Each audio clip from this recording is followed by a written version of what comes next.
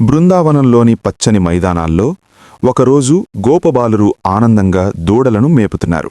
మధ్యలో శ్రీకృష్ణుడు తన మురళి స్వరాలతో అందరినీ మంత్రముగ్ధులను చేస్తున్నాడు. అదే సమయంలో కంసుడి ఆజ్ఞతో వచ్చిన రాక్షసుడు వత్సాసురుడు దూడరూపంలో మందలోకి చొరబడ్డాడు. బయటికి అమాయకంగా కనిపించినా అతని మనసులో మాత్రం కృష్ణుడిని సంహరించాలనే దుష్ట సంకల్పం మండుతోంది. కృష్ణుడు ఆ దూడ ప్రవర్తనలోని అసాధారణతను గమనించాడు.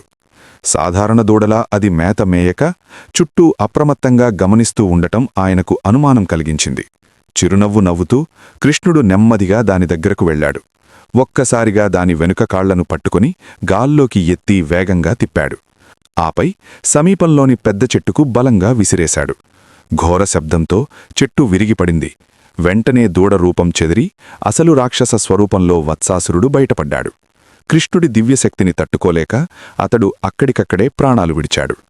ఈ విషయం తెలిసిన వెంటనే కంసుడు కోపంతో రగిలిపోయాడు. ఇప్పుడేమి చేస్తాడు కంసుడు? మరెవ్వరిని పంపించబోతున్నాడు? బృందావనంపై మళ్లీ ఏ రూపంలో ముప్పు కమ్ముకుంటుంది? ఇవన్నీ తెలుసుకోవాలి అంటే ఖచ్చితంగా నెక్స్ట్ ఎపిసోడ్ గురించి వెయిట్ చేయాల్సిందే. అంతకంటే ముందే మన ఛానల్ని ఇప్పుడే సబ్స్క్రైబ్ చేసుకోండి.